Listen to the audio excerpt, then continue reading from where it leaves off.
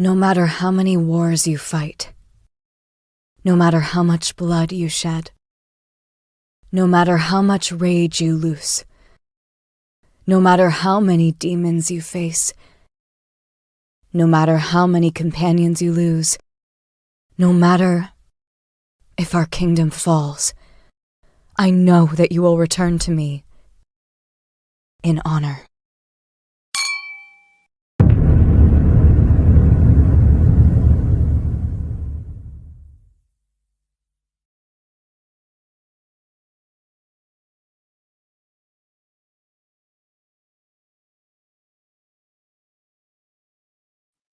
All right, how's everybody doing tonight? Let me just reduce myself over to the corner, see if I can get to the comments here.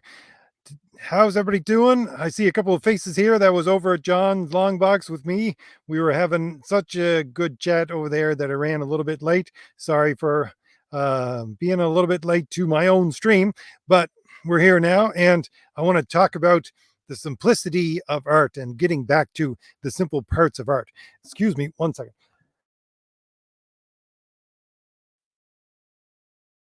Just had to clear my throat. Oh, Vaz, you can hear me? Great. Apologize. I've been talking for an hour, off and on for an hour, so I don't know how long we'll get into today, but everybody is showing up. Great to see. Great to see. If you this is the first time you've been to Make Comics Fun Again, what I usually do is I talk. I go on a spiel for about 20 minutes, 25 minutes about comics, about comic art, about a few things like that, and after that.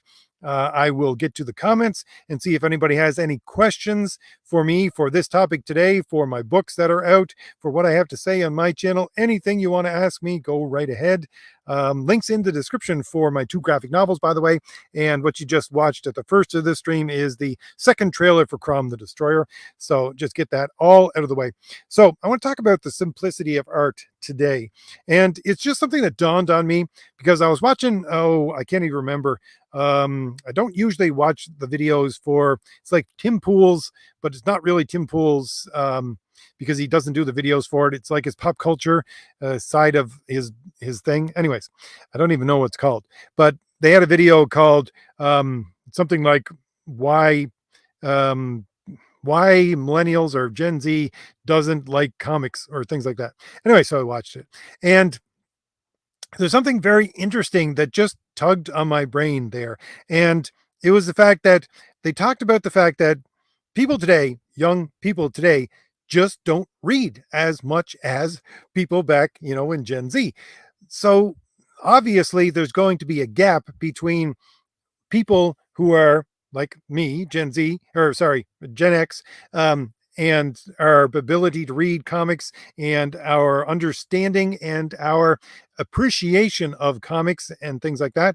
And the people who just don't read that much anymore. They just watch, TikTok or YouTube videos or things like that. And really, it sparked something in my mind about the simplicity of art and a couple of things that are connected to a lot of videos that I did. So I want to go over that tonight and about how we have to get back to, I think, a simpler form of art. That's why I have Paul Smith in the background here. I'm going to show some Paul Smith art in a little bit, but we'll just put up that beautiful X-Men cover in the background right now. But to me, that's a epitome of beautiful, simple art is Paul Smith. But anyway, yeah, as Gen X and growing up at that time, like I grew up without a computer. We didn't have a computer until I was like, I don't know, 13 years old, maybe a little more than that. And it was like a Commodore 128. And, even a Commodore 128 was pretty high tech at that point. Everybody else had a Commodore 64, and that's 128 kilobytes of RAM, I think. So we're talking, a calculator today. But that's what we had, and it wasn't connected to the internet in any way, shape, or form. And we did have games that I could play. Um, we there was D&D games and Ultima and things like that, which are the kind of games that I liked. So we had those games. You had the floppy disks, and you're putting one in and taking another out, and you had 12 of them. And anyways, the point is that there wasn't much to do. Television was there, but in our house, my parents said you don't turn on the television until 5 o'clock at night, and even then, you still don't turn it on unless all your homework is done. So television did not go on in our house until evening. You were not allowed to watch it. So in a house where you didn't have a computer, first of all. And even when we did have a computer after I was like 13, there was no internet until, I was in university. Not that we had at home, anyways. So what did you do? Well, you went in your room and you read. I mean, you go outside and play. Yeah, sure, we did a lot of that. You'd go outside and do things. But yeah, if you were stuck, you would either, listen to the radio, which I wasn't a big radio guy. I wasn't a big music guy. I was just talking to John's long box about that. I'm not a big music guy. Why? Because I bought comics. And if, you had to go buy music if you wanted to listen to it, except for on the radio, and that cost money. And I wasn't paying for anything except for comics. And the thing was, that's what I did. I read. And it never really dawned on me that I would have a superior reading ability than people today. It really didn't. Because I was a poor reader to begin with, and I'm always a poor reader. I'm still a poor reader, just because of the fact that it was a really weird thing. My mother basically taught young children things like that, how to read, how to write, stuff like that. She was a teacher, sort of. But the thing was that she taught me in a different way than the school system taught me. She taught memorization, the school system taught phonetically, and it really screwed me up. Anyways, but the point is that, yeah, apparently I have superior reading skills, especially when it comes to something like comics, than people that are growing up today. And it's all because that's what we did. We had nothing else. Again, there was nothing but the radio or the television. And when I was an early young kid, there was no computers. There was no computer games. We had like handheld games or, tiny little things like playing, I don't know, little dots moving around on a screen that were supposed to be a football team, things like that. But, they got old pretty quick. I had like a faux pinball game called Fireball. But again, you sat there and you read. I read comics every day. And if I wasn't in my room sleeping, I was in my room reading comics. And that was pretty much it. And that would be the majority of my day when I was home. And the thing is that, here's the thing. This is one of the things that Will Eisner talks about when he talks about the ability to read sequential art. He says it's an ability, and you have to actually play upon, first of all, what I'm always talking about, which is the fact that you go back to something that people instinctually understand. And we instinctually understand it because it goes back to, as he says, cave painting times. But there is an added layer to that. Excuse me. There is an added layer to that you have to learn. And you learn it slowly, and you try to draw in other things, try to draw on cultural references in order to bring out this learning process, stuff like that. The example that he gives is a guy becoming an angel, when he talks about it in one of his sequential art books, and how there's an up-down movement, and it shows the guy with wings after he dies because he's been shot, I do believe. Anyways, but again, it's drawing on cultural Christian and, well, for him, it's Jewish references about becoming an angel, all this kind of stuff. So there is a literacy towards reading comics, reading anything, but even comics. There is a literacy towards reading sequential art. And I sort of understood that, but I never really clicked to me that I would have a superior reading ability to people today. And that's the thing. I did a video early on in my channels, probably like the first year, so like 5 years ago, if not 6. Excuse me. It was about Marvel. Marvel had put out this ridiculous video on its website, on its YouTube channel, and on Twitter. And it was how to read comics for new comic readers. And I just made fun of this entire thing. It was ridiculous. How do you need to teach people how to read comics? It just didn't dawn on me that, people just don't understand how to read comics anymore. I mean, especially if you're used to manga. Yeah, sure, it goes left to right instead of right to left. Or sorry, it goes right to left instead of left to right. But the thing is that it's really not that different, if you ask me. There's some cultural differences and stuff like that, which I've covered in different videos. But the thing is that, to me, it's instinctual. Comics have always been there. Like I have just talking to John on John's Long Box just an hour ago about my older brothers, and my older brothers always had comics in our house. So from the time that I could remember back as far as I can, there were comics there. So, and I, looked at the pictures before I could read, and I remember doing that. So, yes, I have an ability to read sequential art that goes back to infancy almost.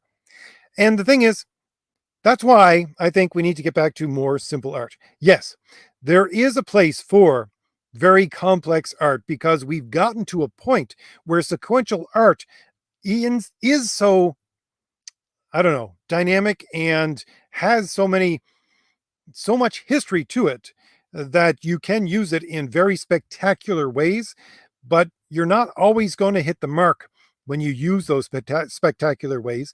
You're going to be putting yourself into a bracket where you only get people who understand very advanced sequential art and the reading of it, or you have to go back to, again, using that complicated form of sequential art that harkens back to an instinctual way of understanding. Now, Nick Axe and I talked about this just a couple of weeks ago on Making Comics Fun Again, I think, or was Comic Book Team Up a couple of weeks ago on this channel, where he talks about angular panel structures and things like that. To me, I would say that goes back to an instinctual thing because we're used to straight lines, we're used to up and down, we're used to level. And when things get off the level plane and you start more and more putting things off kilter using Dutch angles, stuff like that, yes, it harkens back to something instinctual in our brain saying something's not quite right here. Your footing is not quite on the level.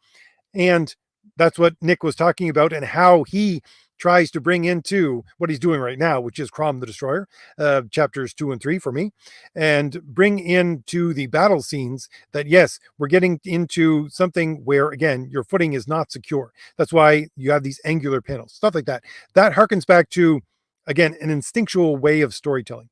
But not everyone is going to understand, again, complicated sequential art. I would say what Nick is doing is more an instinctual sequential art. So yeah, everyone should be able to understand that. But again, Marvel and its idiotic video about how to read comics is not the way to go about this. Because first of all, I would say, okay, it used to be that you would get comics that portrayed or borrowed from television and movies. And so they would take ideas like, you can see it. You go back to 70s, 80s, even 90s comics. You get all these references from movies and television all over the place. You might not get them because you didn't watch those movies or television, if you weren't alive then, but they're all over the place. Some of them are just in your face. And the thing is that it draws off of those other forms of visual storytelling and visual, not really, well, they were sequential art at one time if you're talking about movies because they would be storyboarded, but you're drawing off the visual from other mediums. And if you're going to draw off of other mediums today, you got to look towards where, again, these people who you want to actually consume your product, you got to look to where they're getting most of their visual references from. And again, it would probably be YouTube. It would probably be, TikTok, things like that. So to me, I'm not entirely sure I could do that, but it is something that needs to be done because no one's going to sit down and watch a video about how to read comics before they read comics. That's ridiculous. So what you need to do is actually put the entire thing into your comic storytelling. And that would include very simple kinds of understanding for art. So what am I talking about? Well, off the top of my head, it would be something like the following. I wouldn't say it would be exactly like this, but it would be something like this. Your first page is supposed to be a splash page. That is, comic 101. So first page, splash page, easy enough to read, right? Because there's only one panel. And then I would say you gradually go on to more and more panels. So page 2, or maybe 2 and 3, have 2 panels. And then page 3 or 4 or 5, depending on how many you put in, have 3 panels, because you could do that, divide your page into 3s, and then move on from there to more and more complex ways of storytelling. So start with simplicity in your art and then build up so that if you want to engage an audience who's not used to actually reading comics, then actually teach them how to read comics by being extremely simple in the way that you tell art, and the way that you tell stories through your art, I should say. And I think that manga is actually really good at this, because manga in some ways is more simplistic than your US and certainly than your European ways of storytelling. Why? Well, just look at the fact that number one, it's on a smaller page. And since it's on a smaller page, you have less panels basically, because I would say the panel layout and number for a North American comic would regularly be somewhere between 6 and 9 normally. Doesn't always have, honestly. I've seen, again, you have splash pages with just one panel or even a double splash page, or you go back to something like Nick Fury and those old comics, you got sometimes 23 panels on a page. But again, they're tiny little panels, things like that. But again, normally you get about 6 to 9, but within manga you get about 4 to 6. So again, that's a way of storytelling that's more simplistic. And again, even the book size for manga is different than a comic book size. And it's more simplistic. Why? Because that's the same size generally of a paperback novel, or certainly in Japanese culture, it's the same size as a light novel, right? So you're picking up something that looks like a book that you're familiar with to begin with, and then you start reading it, and it's more simplistic than, let's say, North American comic books, because it has less panels. It also has no color for most of it, which again is more simplistic way of telling a story through sequential art. I know this because I've been creating comics for the last 4 or 5 years now. Well, not 4 or 5, I'll say 3 4. And my second, well, I wouldn't say second comic, second graphic novel is out. It's also in 3 floppies, and I'm working on 2 more right now. So Thomas Valiant was out a year and a half ago. Valiant Heroes is out right now. It's a graphic novel and separated into 3 floppies. So I had to do different things with that. I'm working on a digital comic, which is Fade to Blue, which is going to be uploaded really soon. I have Crom the Destroyer, which we're going to start finishing up the art to that within the next, I don't know, couple of months and ship it out. And I have, right now, I'm talking to a guy from Japan to do a book in a manga style. Not that it's going to be printed. I don't know. I might print it in a manga format as well as a floppy format. But again, I'm talking to all these different artists. I'm doing all these different books. And I know that when I have a piece of art coming back from my storytelling, because I'm the storyteller, not the artist, and the artist has done something which it's not really very understandable what's going on within the panel, I say, okay, I can leave this the way it is. Why? Because I can get the colorist to actually pull out the details of what's going on here and make it more accessible to people who are reading. And I talked about this when I talked about Conan art with John Buscema, the early Conan that he did for Marvel. You have within those books, at least once a page, you would have a red background for one of the panels. Why? It was normally because you would have a panel that doesn't have any action in it, or it has an action in it that is not really something that's going to draw your eye, so they put a red background. So yeah, if you have manga, which again is smaller, looks like a book, it has less panels, it has no colors really for most of it. There's some manga out there that are in color, not many. But if that's your more simplistic way of telling stories, it's no wonder that people are flocking to manga. Yeah, it has superior storytelling than anything you would get within North America and Europe right now. Almost anything, anyways. There's a couple of exceptions to that, but really, as a mass market, yeah, you're going to find really good storytelling both within the story itself and within the visuals, within your sequential art, within manga right now. But again, I think that part of it is because of the simplicity of the art and the simplicity of what you're going to see for art in different ways. Because again, less simple things like no color, like less panels on a page, all these kinds of things. Now, let me just share this Paul Smith art now that we're getting into that part of it. Give me 1 second. I just have to, I didn't do this before I started the stream. I should have. But anyways, we'll go to, instead of my normal stuff that I usually play. We're just going to put this on here from another website. So we're looking at Paul Smith art here, and this is part of what I'm talking about. Okay, first of all, for me, Paul Smith's art is very, very simplistic in the fact that he doesn't waste any lines at all.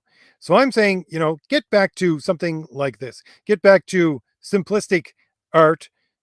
You have all of these comics right now within Marvel and DC. You have really what is spectacular art, but it's just so detailed that, sometimes you can't make out what is actually happening. You can't make out what you're supposed to focus on. And here's the thing as well. You'll notice with this Paul Smith art, and I talked about this in one of the books. It's actually when I was going over this book, as I think it was the best fight scene in all of comic history, which is between Wolverine and Silver Samurai. You'll notice within that fight scene, there's no backgrounds. Really, for one panel, maybe two at the first, and at the end, you get some backgrounds. But look at this cover right here. Okay, very simplistic. You got two characters, and that's it. Background is a blank red. That's it. And it's a solid color as well. I mean, this is simplicity in art. This is what I'm talking about, what we need to get back to. Because again, this is one of the things that I've harped on from the beginning of my channel as well. This movement into the more graded way of telling a story through the colors within modern comics is awful. You need to have a fixed number of colors. That's it. You look at, and I was talking about this on Twitter just a couple of days ago with Batman Year 2 covers. You had them from different artists, but they had basically about 6 to 8 colors. That's it. That's all they used on that cover. It's not a gradation. It's not this mud color that I'm always talking about, which you see in modern comics. No, you have a very limited number of colors, and that's it. And that's what you use. Again, here's another beautiful Storm cover with a blank background.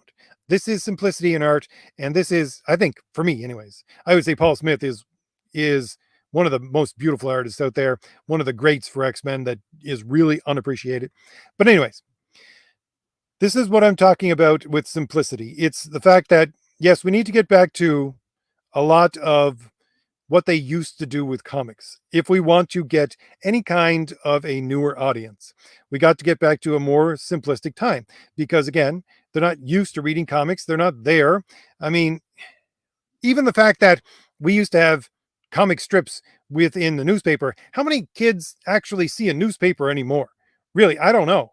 I really don't. But I'm taking a guess that it's not as many as it used to be. And the fact that you don't have the funnies to pull out.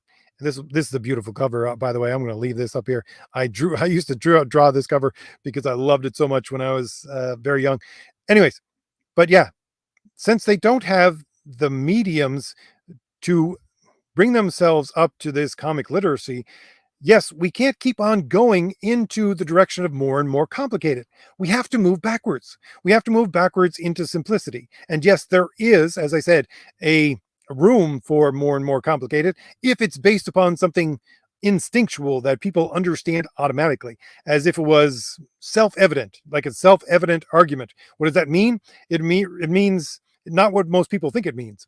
Most people think that it means that it's evident to me, but that's not what it means. It means that it is evident in itself. If you know the parts, you automatically understand how those parts fit together. And that's what self-evident means. A self-evident argument is if X plus Y equals Z, if you know what X is and you know what Y is, you automatically know that it equals Z. It becomes self-evident. And that's what you need for the simplicity within comic art right now. That's what the kind of storytelling needs for grabbing onto a new audience, if you ask me. Going backwards. We have to go backwards to a more simplistic time. I wouldn't say abandon the complexity of your sequential art entirely, not at all. But again, we got to find different ways. Again, I'm trying new things. I'm putting up it's going to be a comic book in comic book format, but on the internet. So it's sort of like a web comic, but not exactly. I mean, we got to delve into these different ways of storytelling and actually find the ways that sequential art works with the way that the audience right now understands sequential art or can understand sequential art. And that's why we need to get back to a simplicity. And to me, I think that's the future. Whoever is actually going to be able to unlock that box and to do it on a mass scale is going to be the company that becomes the new Marvel, that becomes the new DC, because Marvel and DC are not going back to the old way of making great art. They're just not. And I don't see them turning around ever. So we got to get back to these really, really traditional ways of making comics, which again, if it means that we have to go back to, if we have to go backwards, and we have to abandon some of the complexity, we just have to. And that's the way we got to tell stories and make great comics. Anyways, I've been talking for 26 minutes now. Hopefully you found this little rant of mine a little bit entertaining at the very least. Now I'm going to leave Paul Smith up in the background, but I'm going to get to, let's see who is here and how many questions, or if any questions are there in the chat. I guess I should have said this at the beginning, excuse me, but I forgot to. If you have a question for me, please either tag me in it or put a question mark at the end of it, so at the end of your comments, so that I can know that you're talking.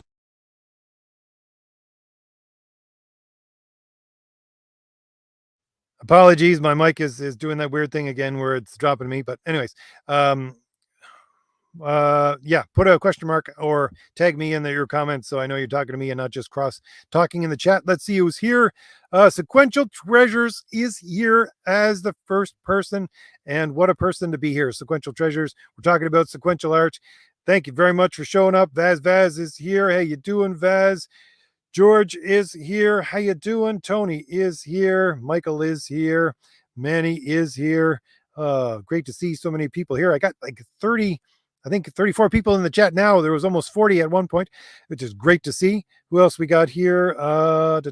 John is here. How you doing, John? Greetings back to you as well. Let's see. Anyone else? Pedro is here. How you doing, Pedro? All right. Let's see. Scrolling down to see if we have any questions here. Scrolling down. Just trying to see if there's any questions for me. Let's see. Une, the Demon Slayer, says, first computer my mom got was a Gateway 98. Rex is here. Rex says, hi, RJ. Sorry, I haven't gotten on in a while. Been busy. Well, that's the way life is, Rex. That's really, I understand. Let's see. Scrolling down. Scrolling down, see who else is here. Oh, Sound Engraver is here. How you doing, Sound Engraver? She says, I didn't really use the internet until college myself. I played cards and climbed trees. And there's Super Nintendo too. We had a when game stations actually started to come out, everyone else got an Atari. It was the very first game station that everybody had, except for us. My household and a couple of other households in our community got ColecoVision. So we had a ColecoVision, and there was about two other houses with ColecoVision. So we traded games. That was my first game station, if you want to call it that. Really early stuff. Oh, I meant to say also as well, Sound Engraver has a great channel. Go over to Sound Engraver's channel if you want to talk more about music, which is something I know very little about, but she does a lot of the same things that I do, which is great. Let's see. Scrolling down, Vaz says, no computer. What about Atari 2600 or Commodore 64? Now, like I said, we had a Commodore 128, but everybody else had a Commodore 64. There's also, some people had Tandys, but they were even worse than the Commodore 64s. Anyways, scrolling down, everybody talking about computer problems. George says, don't forget, Intellivision had the B-17 Bomber, an awesome game. I don't know. The only game that I can remember for the ColecoVision that had anything to do with planes was, what the heck was the name of it? I can't remember. They just played the Flight of the Bumblebee in the background over and over and over again. I think it was Lupin. looping. You went and shot down planes, but mostly balloons. Anyways, it was a weird game because the controls were upside down. That is to say, you were supposed to be like a plane. So if you pulled down on your joystick, your plane would go up, and up is down. Anyways, scrolling down, Robert is here. How you doing, Robert? Nice to see you. Let's see. Rex says, funny thing is that the term angel comes from a Greek word that is translation of a Hebrew word meaning messenger. Yes, it is. I know the Greek for angel, and that's exactly what it means. Let's see. Robert says, Vic 20s. Yeah, Vic 20s. Back in the stone age of computers. Let's see. Scrolling down. George says, today, don't want to read comics because the art sucks. Comics helped me to read because the art was good and I wanted to know what they were saying. Yeah.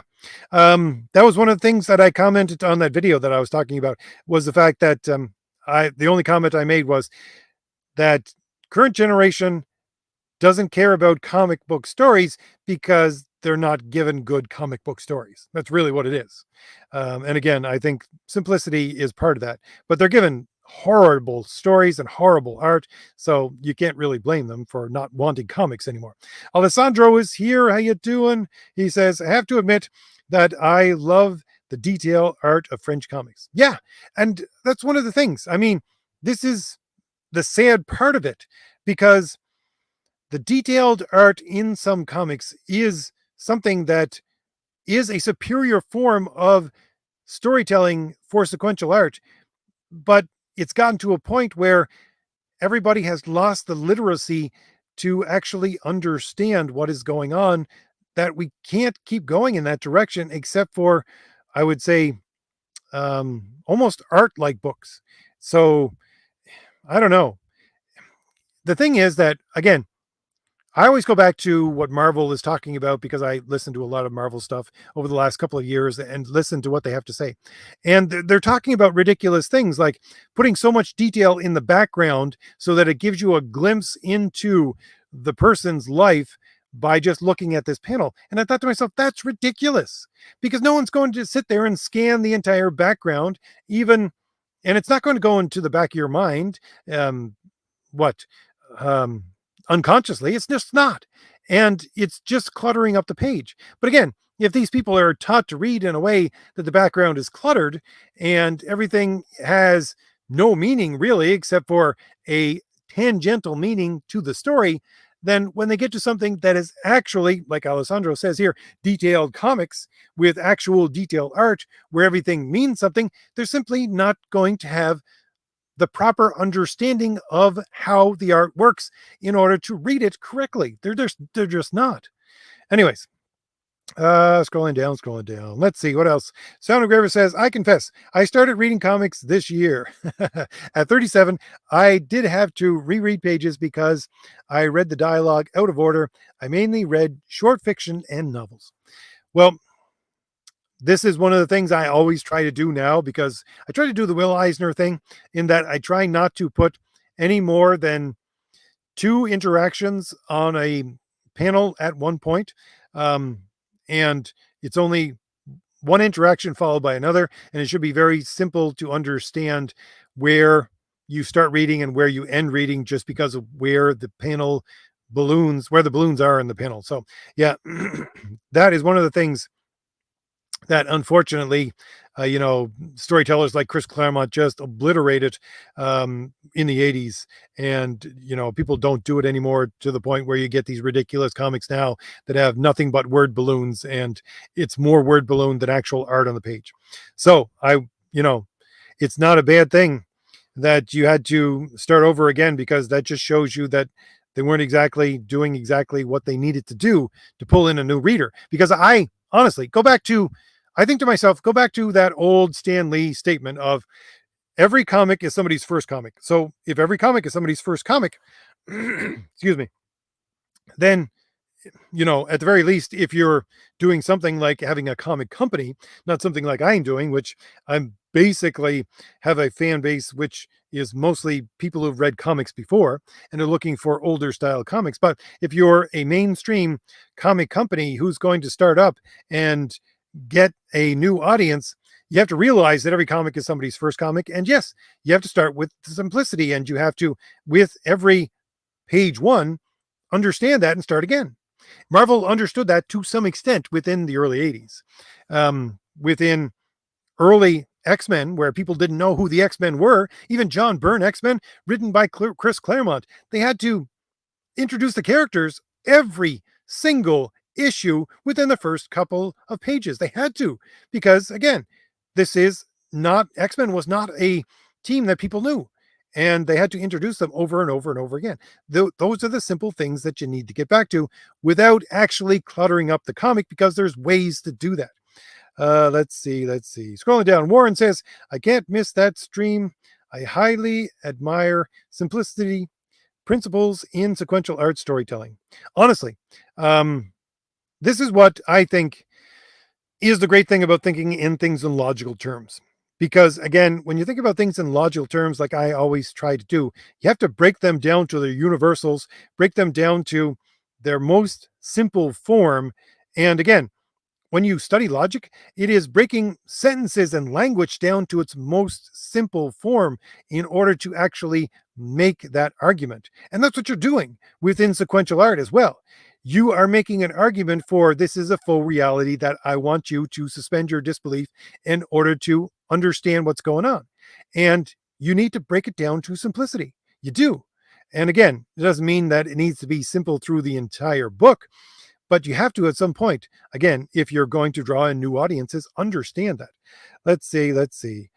Alessandro says, RJ, what do you think of Jack Kirby's art?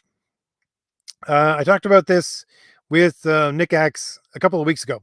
And the thing about Jack Kirby's art is, again, Jack Kirby fully admits in interview after interview that he is not an artist. He's not someone like, Gil Kane, right? Gil Kane originally was an illustrator, and he learned how to draw art from old illustrators and old art schools and things like that. He knew the basis of art before becoming a comic book artist. And Kirby says, I'm not like that. Kirby says, I learned to draw on my own. My way of drawing is not precise. My way of drawing does not do justice to anatomy.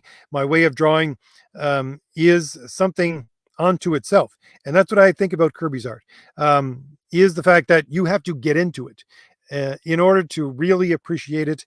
And that's what a lot of people today really I don't think understand about Kirby's art. A lot of newer comic readers look at Kirby's art and say, this is horrible.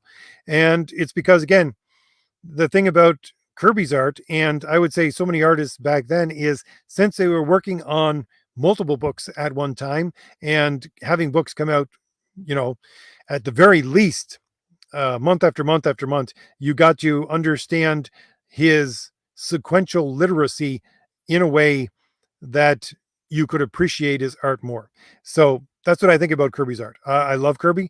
He was a great storyteller, and I think that he tried to get back to the simplicity and to what I'm talking about with the basic forms of what he was looking at and trying to represent on the page.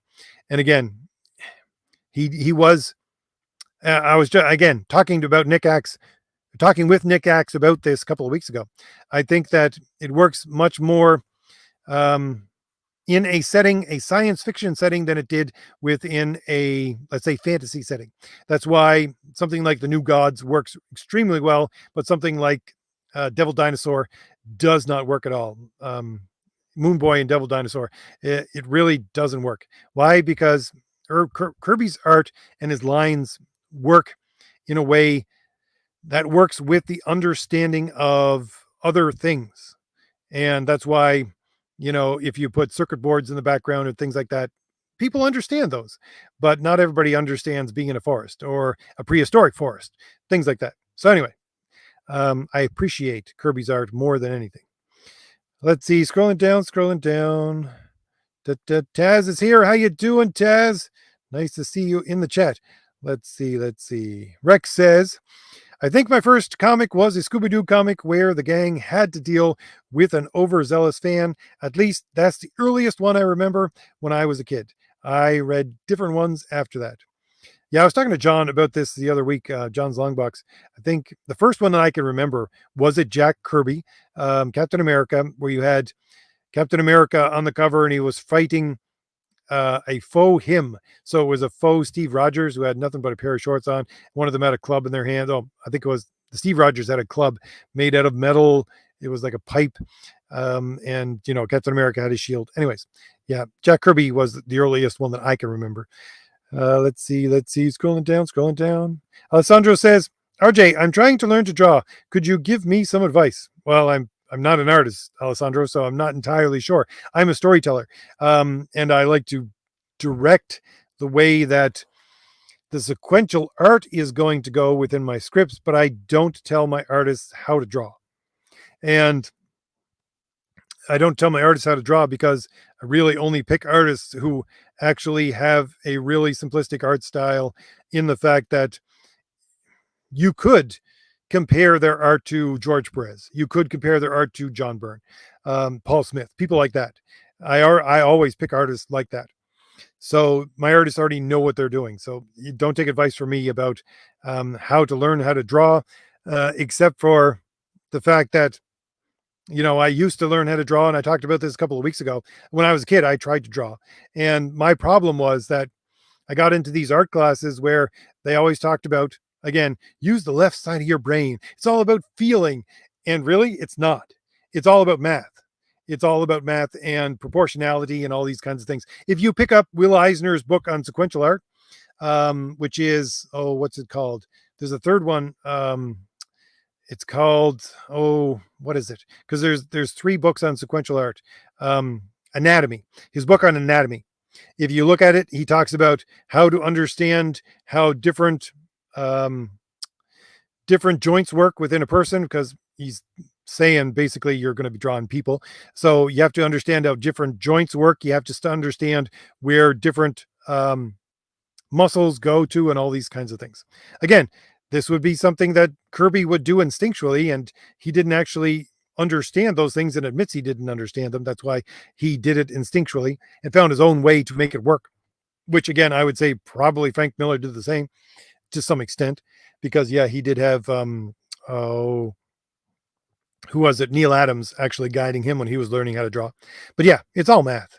To me, if I'm ever going to learn how to draw again, or at the very least take the advice that Mike Barron gave to me, that I need to be able to at the very least sketch out my panels just in case, then I would say it's all about math. That's the only advice that I can really give you. Don't listen to these people saying it's all feeling and it's all about the left side of your brain and all these kinds of things. It's not about the rational side of your brain. These people used to say these things to me. Yes, there is a feeling component to it. Yes, you need to put that creativity into it, but I'd say you go back to the logical way of looking at the human face, the human form. Pick which one that works well for you and that works well with your art style, and then go from there, because there's different ways. Obviously, you go back to, the way manga works, or the way North American comics works, or bande dessinée. There's a lot of different ways you can look at it. Rex says, RJ, out of curiosity, I know you try to keep up the action in your stories, but do include humor where you can. What would you describe your type of humor as? What would I describe my type of humor as? I did a video a long time ago, Rex, on my channel about this exact thing. When I was growing up, I watched a lot of old movies. Again, this was one of the things that happened when I was, like 15, maybe 14 years old. Satellite dishes became an actual thing, and we started having, more than 2 channels. And one of the channels that we had was American Movie Classics.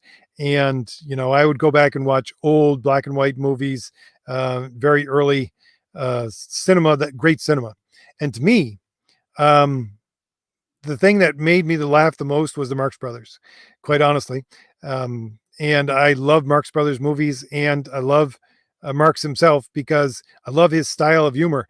And I wouldn't say his style of humor is dark, but it's certainly very pointed. If you listen to some of the comments that he gives, yeah, the Marx Brothers, they have some slapstick thrown in there with the three different brothers, and they have a lot of situational comedy as well. But I like Groucho Marx himself because he has pointed quips, and I would say that's my style of humor. Not everybody appreciates that, I'll tell you right now.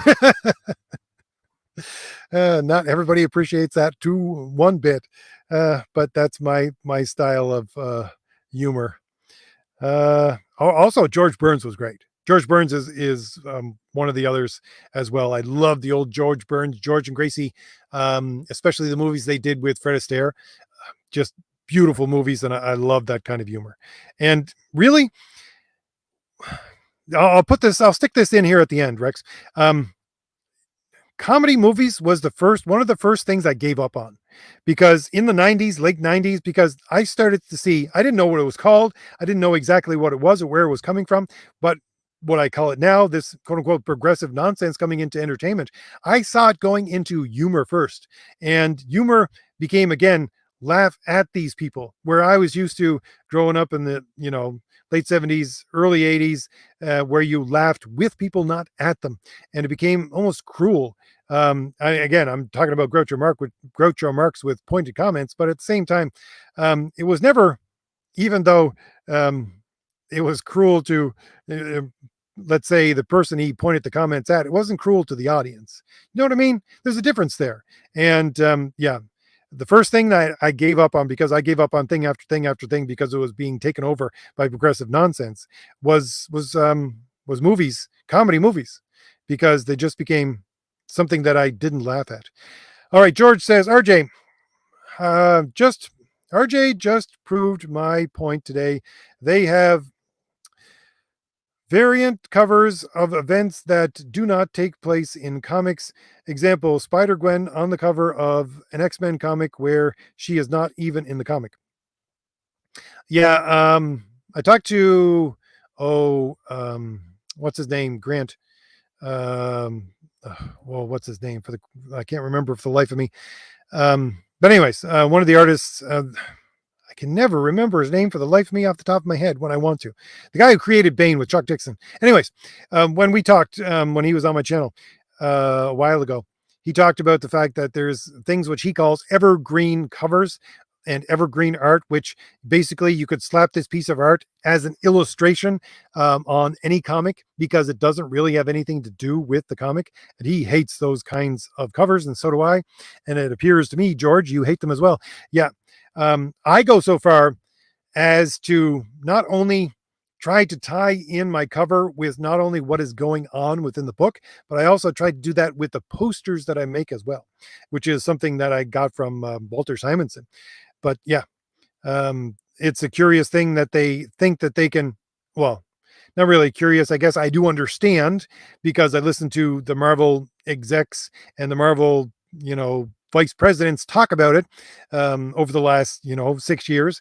But what they're trying to do with evergreen art is to make the cover so pretty that your eye is caught by the cover, and then you want to buy comics. They want to make it a display case. Basically what they called it was, they want it to be like the picture window at Tiffany's, and that's what a cover is to them. And I did a video where there was this woman, I can't remember her name off the top of my head. All she does is cover art for Marvel, or used to anyways. And she talked about how covers were meant to show women feeling their feelings. And it's just, these people are ridiculous. They have no idea. And she even said within that interview that I listened to with her that she doesn't like sequential art.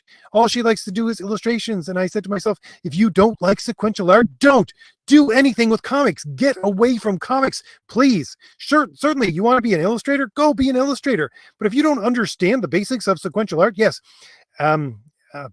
you need to put an illustration on the cover. It's not sequential art, because it's not really tied in with the rest of it for most of your comics. Again, Walter Simonson was an exception to that at points. But again, these ridiculous people that run comics right now, they don't understand how to make a good cover. George, they really don't. Anyways, going off on a rant. Let me get through some of these comments. I've already been talking for almost an hour. Let's see. Scrolling down. Michael says, you'd be shocked at how much information the Japanese can stick into 16 pages. Again, here's one of the things I find with manga as well. Excuse me. Maybe it has to do with the structure of Japanese language or how much Japanese language you can put in a word balloon, all these kinds of things. But they really don't overpower. There isn't a lot of manga out there that I know of, that I have read, where they overpower the page with word balloons. You just don't see it very often. So yeah, I think that shocking bit of shocking amount of information that you're talking about, Michael, is conveyed mainly through the art as well. And to me, that is a superior way of telling, sequential art stories, if you can do that. All right, let's see. Scrolling down. Warren says, there's a fine line between simplicity, being simple yet good, and being empty and lacking. Likewise, being complex isn't the same as unnecessarily complicated. Well, yes, I agree. That's why, again, we have Paul Smith in the background. Let me change the cover back to another one of these beautiful Paul Smith covers. I already have that one up for a while. Let's put this one up. Let's see. Let's put Storm up in the background.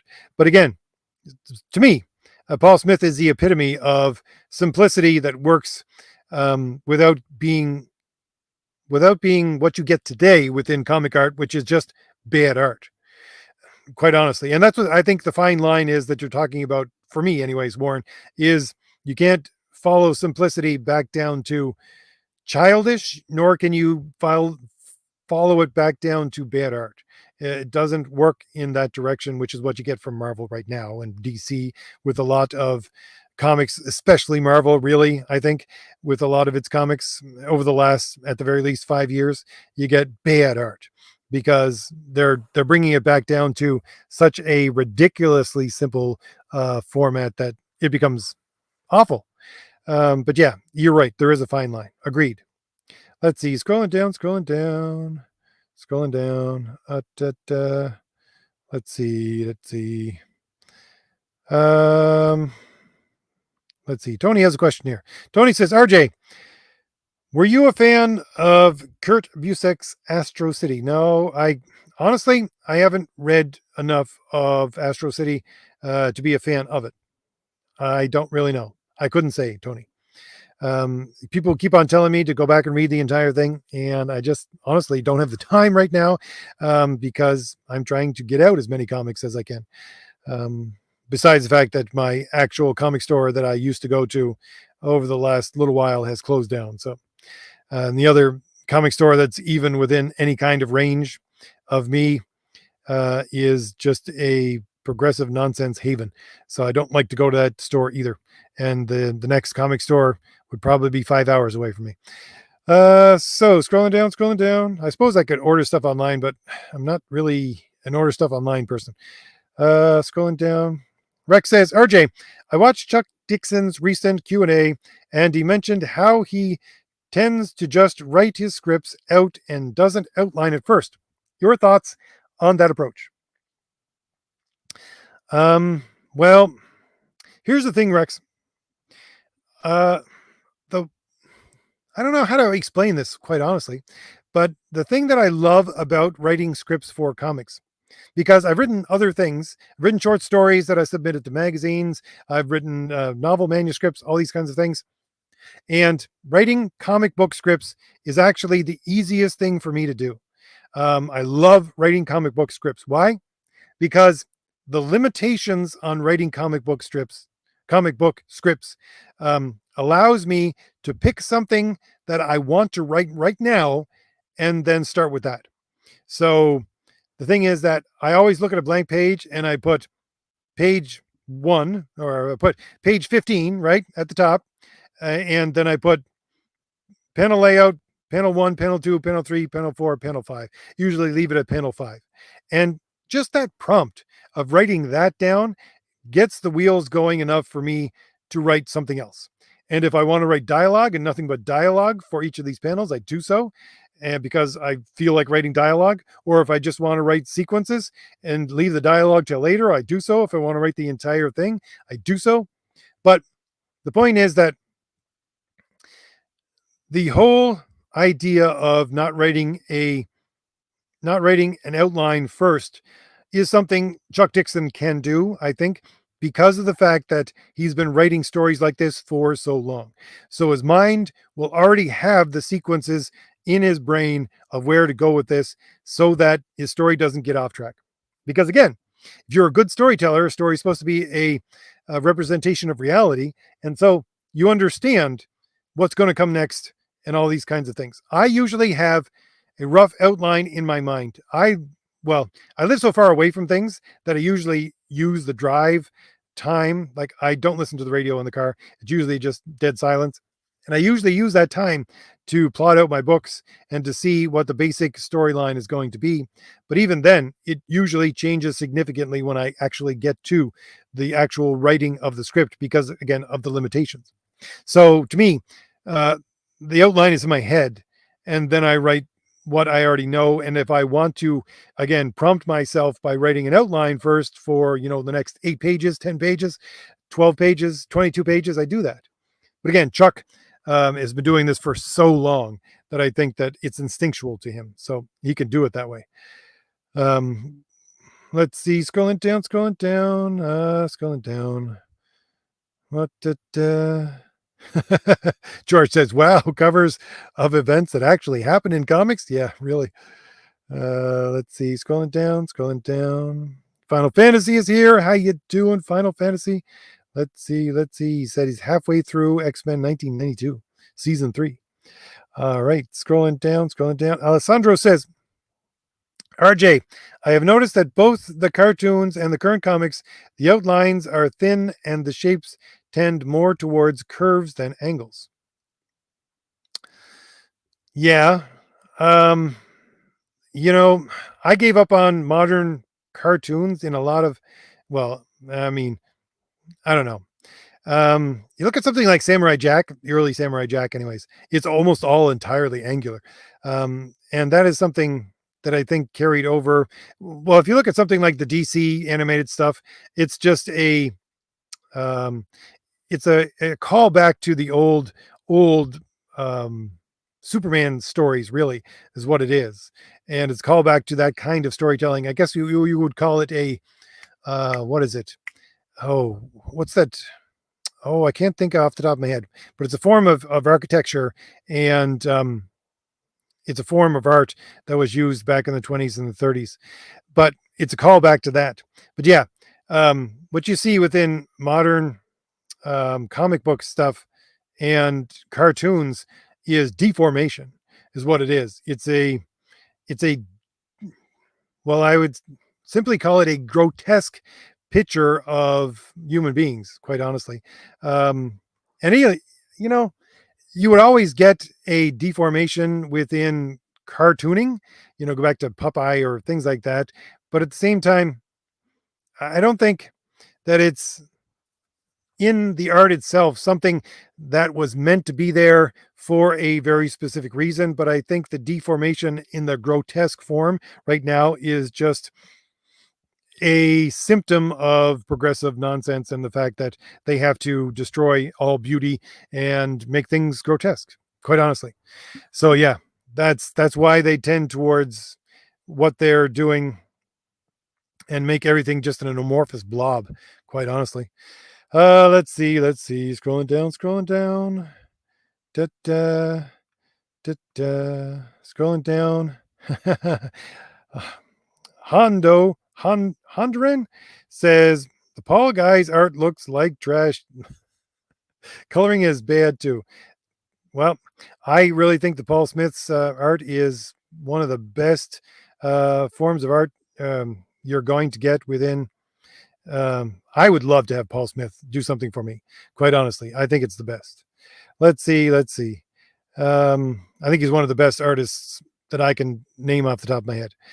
Let's see. Scrolling down.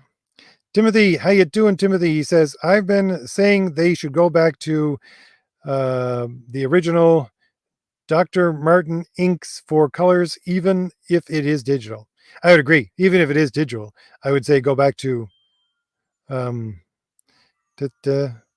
go back to the original and way of using the colors. I have a whole bunch of color videos on my channel. I've talked about that a number of times. Let's see. Scrolling down. See if what anybody else has a question for me. Scrolling down. Think a little bit of cross chat in here, which isn't for me. Scrolling down. Yeah, Rex has a good point here. Rex says, the question is how to make it simplistic while avoiding talking heads. Yeah, that is one of the things that unfortunately Frank Miller brought into, I think, the comic book mainstream, is the fact that, when he started to put up within, I think, Dark Knight, the people reading off the news cycle, which again is talking heads. It was always talking heads. We called it talking heads before he even did that, because that's what people on the television were. That's what, Max Headroom was, a talking head, right? So anyways, you got to avoid that. Agreed. You have to. That's why I like to tell my story and to put a lot of the stuff within the action itself and tell the story that way, to flesh out the characters and what they're going to do with action instead of, overly dramatic word balloons. Anyways, scrolling down. Let's see, scrolling down. Scrolling down. I'm not sure if any of these comments are for me, so I apologize if you meant them for me and I'm skipping by them, but I'm just going to, let's see, scrolling down. Again, a lot of cross chat here in the comments. Oh, good heavens. My chat I thought I was getting to the end. Again, I say this every time. Thought I was getting to the end of the chat. No, apparently I just, needs to go down far enough so that it re-upped. Let's see. Scrolling down. Scrolling down.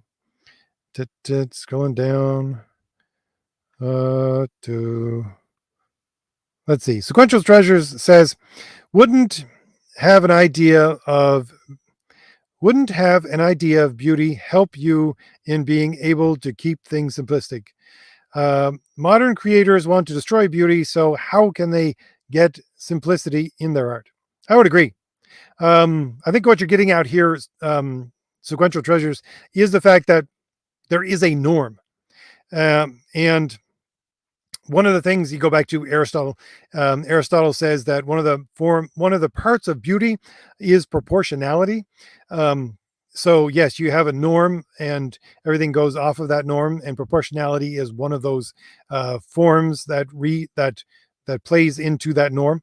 But these people today, they don't believe in anything as normal at all. So that's why they destroy. Well, one of the reasons why they destroy any concept of beauty is because they have no idea of what normal is. And so they tried to make the grotesque normal. So I agree completely. You have to have a picture of beauty in your mind, and that simplistic picture of beauty is a form, is like a platonic form, is your universal, is those things that go back to the proportionality of what should be. So, Paulus is here. How you doing? Showing up in the chat. Let's see. Warren also says, let me see. I got to click on this here. Ironically, simplicity shines when limitations are either imposed by external factors, or even self-inflicted. I agree 100% with that, Warren. That's one of the things that people don't like, the fact that I always find that the comic code actually was probably an advantage more than anything else, because they had limitations that they had to work around, and those limitations made people be more and more creative. So I agree. Let's see, scrolling down. Timothy says, I think the first thing Marvel can do is return to a house style and hire people that all draw at least close to the same, and pull back on all the event comics. I hadn't thought of that, Timothy. yeah, that would be something really to go back to a house style. I guess that would be what I was describing earlier for my comics. Quite honestly, I have a house style. That house style is um, in the vein of Paul Smith, George Perez, John Byrne, things like that. So yeah, John Buscema. Um, yeah, a house style would actually help serve more and more what they are doing and what they're trying to do at the very least. But the thing is, I think that what Marvel is doing right now for comics, or even DC, what they're trying to do is just find cheap artists. That's all they're trying to do. Let's see. Let's see. George says, we also need to bring back inkers. Example, when Walter Giovanni first started, him and the inker art, what first started, him and the inker art was beautiful. I just bought his latest Red Sonja book, and his art is so flat. Yeah, I would like to do that as well. The thing is that sometimes you have constraints. For some of my books, like Crumb the Destroyer, you can get the art version of it, which is not going to be inked. It's just going to be pencils, but you get the main book that it will be inked by Mike Gustovich, again, who has been inking comics since the early 80s. Even I think he might have started in the late 70s. But anyways, I think inkers, yeah, again, if you can afford to get inkers to do inking on your book, then yeah, it does bring out an entirely different dimension to art. So I agree there as well. Let's see. Scrolling down. Let's see. Sound Engraver says, in modern music scene, composers make music so complicated that it all ends up sounding random. There's music theory behind that notion too. Thanks always for the shout out. No problem, Sound Engraver. It's interesting, honestly, because I don't know anything. Completely blank slate when it comes to music, Sound Engraver. So the fact that you keep on bringing up the fact that there is this crossover between music and sequential art, thank you very much. I appreciate that 100% appreciate that. Let's see, scrolling down. Da, da. Timothy says, I also wish people would stop calling it sequential art. It's very pretentious. I don't know what else to call it, because again, you call it comic art, people think that you're excluding manga art from it. If you say bande dessinée, or you say other things like that, but you can't say illustrations, because illustrations are not sequential art. The two are two different things completely. Again, had conversations with artists about this, listened to artists and interviews and things like that, talk about the massive difference between illustration and sequential art. And again, go back to Will Eisner, he just calls it sequential art. So that's what I do. Let's see. Scrolling down. Alessandro says, why do the progressives hate simplicity? Quite honestly, just as I said earlier, because simplicity goes back to a norm. It goes back to something that is a standard. So, they can't have that. Let's see. Scrolling down. Timothy has an interesting point here. He says 20 words per character in each panel, no more than 40 in each panel. That's an interesting way.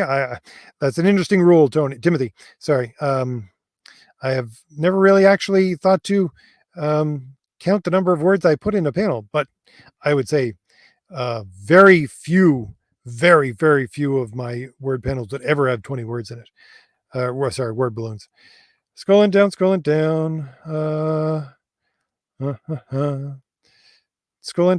down to see if there's any more comments for me. Scrolling down. Oh, here's one for me.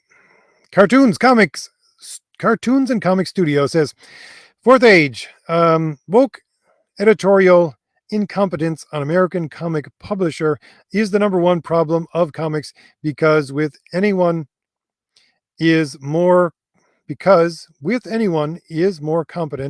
the Whisper Network will make them get out. Yeah, I've done several videos a couple of years ago when I, again, was listening to Marvel stuff on a weekly basis. They're not allowed to edit anymore. They're not. So editorial staff, your woke editorial staff, are not allowed to actually edit. What they do is they say, this is your story, so I can't get in the way of your story, but I can suggest things to you that might make it more clear for the audience. And that's all they can do. So yeah, they don't really edit anymore. Scrolling down, scrolling down, scrolling down. Very, very, whole lot of cross chat in the chat, which I love to see, but I just have to scroll past it. Let's see, let's see. Scrolling down, scrolling down. Ooh, let's see.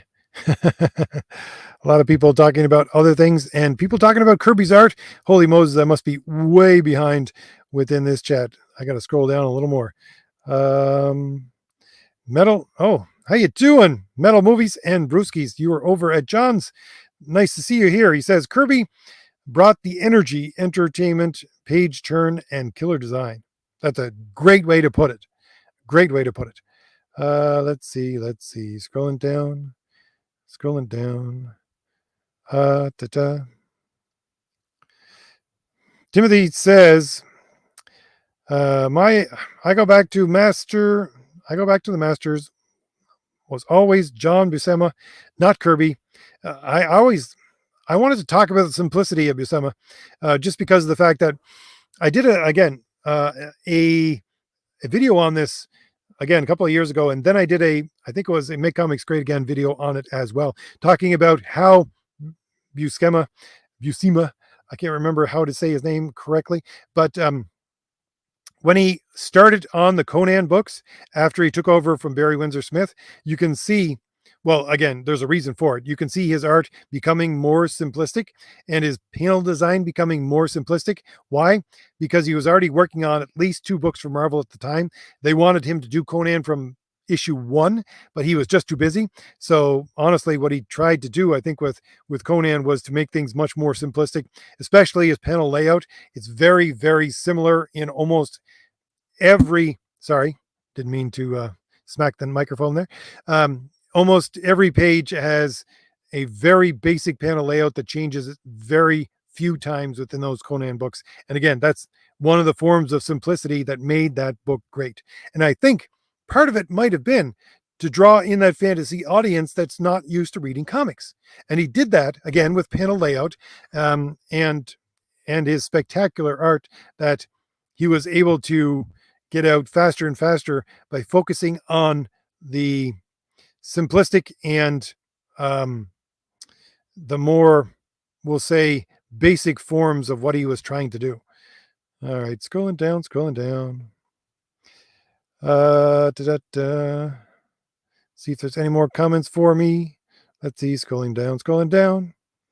Again, I apologize if I'm missing anybody's comments that are for me, but again, if they're not tagged to me or don't have a question mark, I assume you're just talking to each other, and I have to get through some of this before I leave, because I'd like to get to the end of the chat before we get finished with our live stream.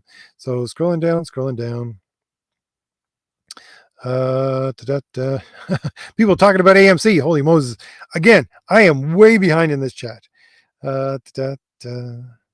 Yeah. I love Marx himself, RJ. Yes, that's Groucho Marx. Groucho Marx. Let's see. Scrolling down. Let's see. Michael says Mel Brooks is a comedy genius. I never really liked Mel Brooks, quite honestly. I don't know why. It just didn't appeal to me. That. Yes, Sound Engraver, thank you very much. Graham Nolan. Yes, thank you very much. Yes, scrolling down. I can never remember his name. I always get confused with somebody else, and I can't remember why. I just can't remember why. Anyways, I better get through some of this chat. Let's see. Let's see.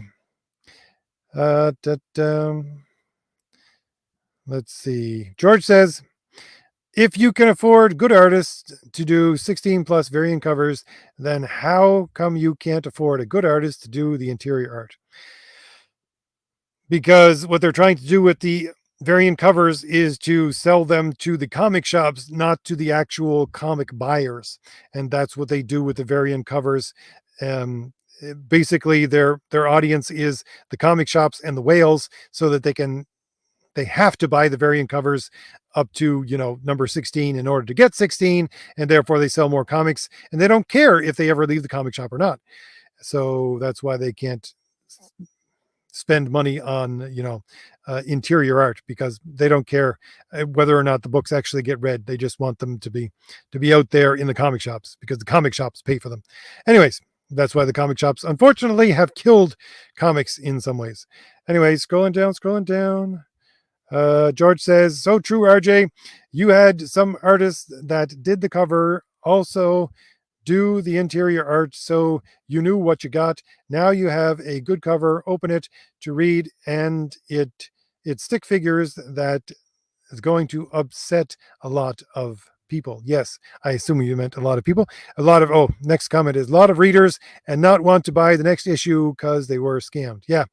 I always hated that when I was, going to the comic shop back in the 80s. And I do, at the very least, try to match, if I don't have my interior artist doing the art for the cover as well, I tried to get it to match I guess, as we were talking about earlier, a house style at the very least. And for the Valiant Heroes book that I put out right now, Renzo Rodriguez is doing the interiors. He also does one of the covers, because I only have one version of the book as a graphic novel.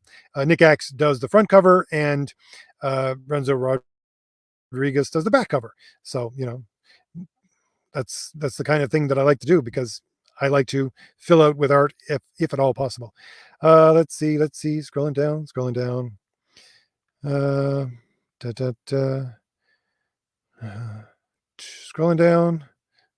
Let's see if there's any more comments for me. I'm not entirely sure. Art Deco. Thank you very much. See, I'm so behind in this chat. But yes, Sound Engraver and Michael, you both got it right off the bat. Art Deco. The original, that's what I think they're trying to channel within the DC cartoons, because the original Superman was Art Deco in its design, really. Scrolling down. See if there's any more comments for me. John, what are you doing up? He's got to work in the morning. I just got here. Can you start over, please? John, I got to the point where I got to go to bed now. So, no, not starting over. Scrolling down. Let's see. Warren says, what I hate the most is the lack of variable thickness in lining these days in both comics and cartoons. Interesting. Well, that would be because of the lack of inkers, really, quite honestly. Although I think there is a format of which I would say is probably pioneered, in my mind, as far back as I can go, by Mark Texeira, where, it's more of a rough pencil outline than an actual inking line that gets bigger and smaller, which, again, would take the lack of variability and lack of thickness and put it in a different format. So anyways, scrolling down. Tony says, RJ, were you a fan of the League of Extraordinary Gentlemen? I was not. Pure and simple, Tony, no. Scrolling down. Let's see, scrolling down. Alessandro says, I think that in art there is a place for the grotesque, but only in horror and comedy, not in heroes. Alessandro, you just brought up a very significant and important fact that I completely glossed over. Here's the thing. Again, you go back to the logical, right? I always go back to the logical, go back to Aristotle. Too bad Maria's not here to rib me for it, because she says I put Aristotle in every video that I do. But if you go back to the works of Aristotle, when he talks about, he originally did two treatises, one on what we now call drama, which he calls tragedy, and comedy. Now, the tragedy one no longer exists, except for in snippets that we have. It doesn't exist as an actual book anymore, because we simply lost it. But we do have his comedy description, and again, he takes storytelling back to the logical. And when he talks about comedy, he says comedy is a form of the grotesque. That's his exact wording. Again, he uses ancient Greek, but that's what it translates as. comedy is a form of the grotesque. So yeah, um, the grotesque does have a part to play within comedy. It does, because it's basically showing us an absurdity that we can't do anything with except laugh. But again, that doesn't have to be a grotesque, again, A, to push some kind of agenda, whether it be progressive or otherwise, or B, a grotesque that is meant to destroy beauty, which again, what is what progressivism does with art. It's a grotesque to call our minds back to the actual norm, the actual standard, and that's where laughter comes from because we're comparing it to a norm and a standard. And when we see that grotesque thing, which is comedic, especially when it comes at us from an angle that we didn't see it and hits us, that's when we laugh. And again, it's always a comparison. You have to have those two things in your mind at once for you to laugh. You have to have that grotesque, which is the comedic, and the standard of beauty at the same time. So scrolling down, scrolling down, scrolling down. Alessandro says, RJ, how did you find your artists? Honestly, all of my artists have found me. Well, actually, let me put it this way. The only artist that I've actually worked with didn't come to me and say, "Can I work with you?" Was the guy that I'm talking to right now, who is in Japan, who's a manga artist. I had to find him, but all of the other artists have come to me. People send me emails. They say, "Here's my portfolio.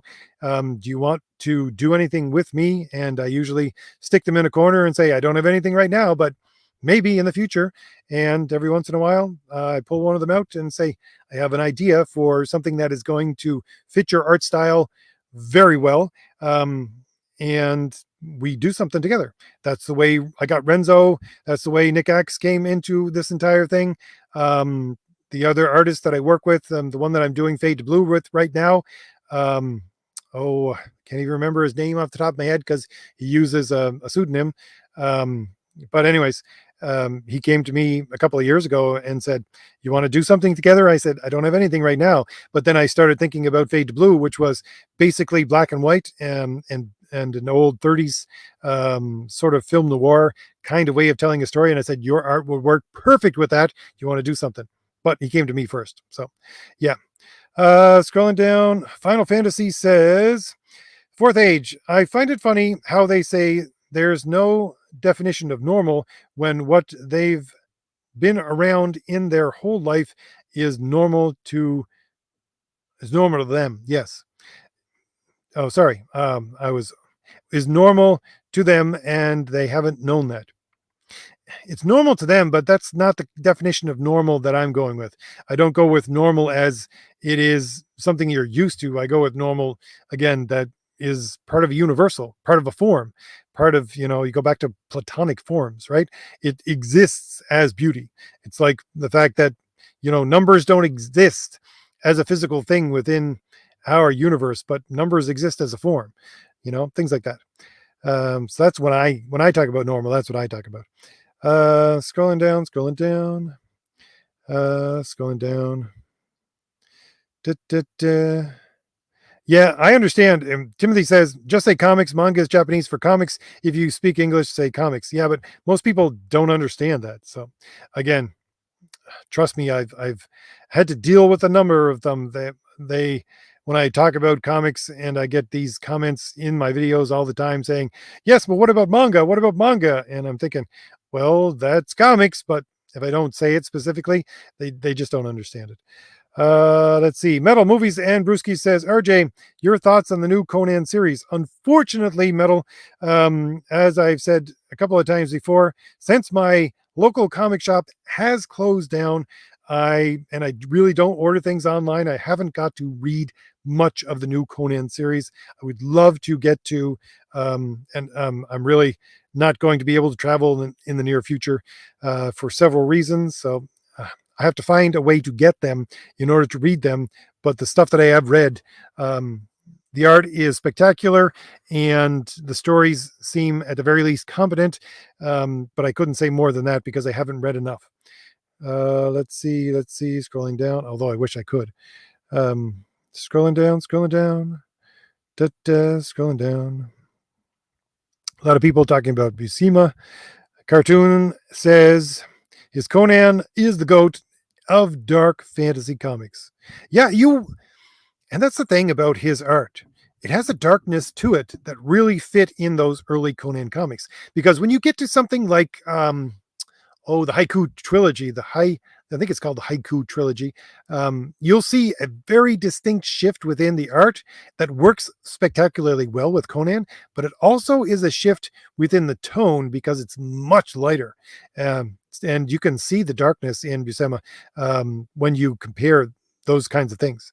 Let's see. Metal says Buscema is my big influence at the moment as a child. How to Draw the Marvel Way was my gateway into drawing comic art. Now I have come full circle. Great. I'm glad to hear it. That's exactly what we need. Scrolling down. Cartoon says, RJ, is that any chance of you? I'm sorry, I'm not saying that's any chance of you analysis of Prince Valiant and the facts of fantasy needs a renaissance. Who could be inspired art? I'm sorry, Cartoon, I'm not entirely sure what you're saying here, like manga and European comics. Prince Valiant, again, I haven't read a whole lot to make a judgment call on much of it, but really I would say the Prince Valiant stuff and the old Buck Rogers stuff, the old Flash Gordon stuff, that stuff looks much more like your European comics right now. Quite honestly, you're right about that. And again, I would say European stuff is even more complicated than North American comics. As much as North American comics are more complicated than manga, because again, you get an even bigger format and things like that. So, but yeah, I would like to go back and do some stuff talking about Prince Valiant. It does, my main character's name is Thomas Valiant, so I do draw in a little bit of that Valiant lore just because of Prince Valiant.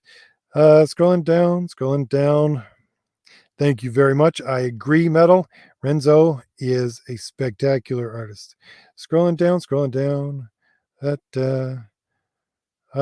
Final Fantasy says, Fourth Age, while you're using X-Men for sequential art and I am getting into X-Men, what are your favorite X-Men stories? What are my favorite X-Men stories? Well, let me put it this way. Chris Claremont is really, really good. And the early John Byrne stuff with Chris Claremont is spectacular. I love John Byrne stuff. But for me, quite honestly, the best, I don't know, if I just call back in my mind what I think of as the best stories for X-Men, I would go back to when they're in the Outback. There's a couple of different artists that worked at that time with it, but really that story arc when they were supposedly dead and they were blank to the world because no technology could pick them up, things like that. So the Outback X-Men is really, really a good story arc and one of the best runs of X-Men, if you ask me. There's a lot of one-shot, beautiful stuff. Barry Windsor Smith doing some stuff there. I think he does the Forge and Storm, which is almost like a one-shot where she's trying to get back her powers, stuff like that. So again, John Byrne stuff is great. But the Chris Claremont stuff does start to get really wordy after a while until you get back into, I think, that Outback stuff. So that would be my call for old X-Men. Scrolling down. Let's see, scrolling down. People talking in the chat. Great to see.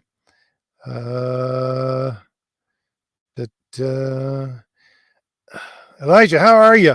He says, simplicity is good. Today's writing tends to be very convoluted in its attempt to be sophisticated. Yeah. Again, I said this in a video a couple of weeks ago, just on my normal Saturday videos.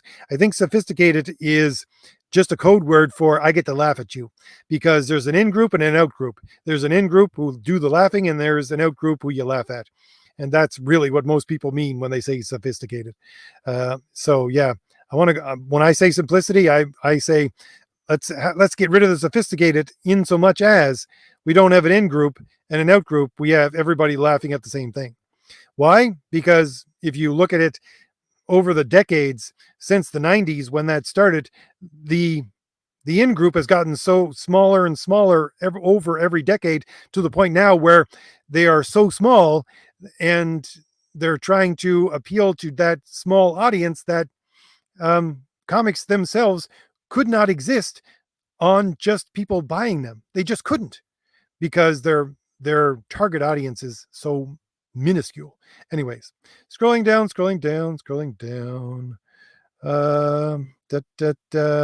Tony, Conan versus Guts from Berserk. Who wins? Conan. Sorry. Guts has a bit of a soft spot to him. I don't think Conan has a soft spot anywhere.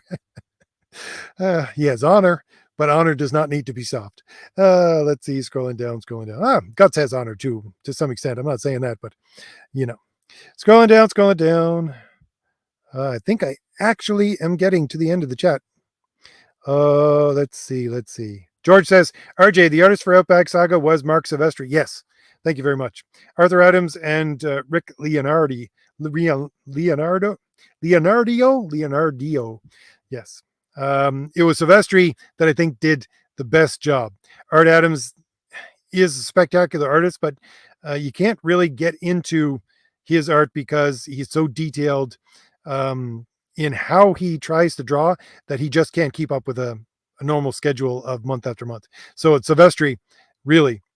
And Silvestri's art, again, would be simplistic in a way that he's an angular artist that uses angles and loose pencils to actually bring out that simplicity. His, again, almost like in a Kirby-esque way, in that his anatomy is not perfect, and he doesn't care if his anatomy is perfect as long as he gets the story across with his art. I think that's what Silvestri was always trying to do, and he did it beautifully. And that story really is one of the pinnacles of his career, if you ask me. Sound Engraver has a $2 super chat. Thank you very much, Sound Engraver. Scrolling down. Let's see. Oh, look, I have gotten to the end of the chat. I want to thank everybody for coming today. I've been talking for an hour and 32 minutes. But I did get to the end of the chat, and I want to thank everyone for being here for so long. I still got 29 people in the chat to listen to me go on for an hour and a half. Thank you so much for everybody. And since I played the short trailer for Crom the Destroyer at the first of this stream because it was a little late, I will play the long 1 minute and 45 second, that's how long it is, trailer for Crom the Destroyer as my outro. So links are in the description for Crom the Destroyer and for the Valiant Heroes. And also, I think my Twitter handle is in there as well if anybody wants to follow me on Twitter. Thank you once again, everyone, for showing up, asking questions, for being part of making comics great again. And, oh, 1 second, I got to take Sound Engraver off of the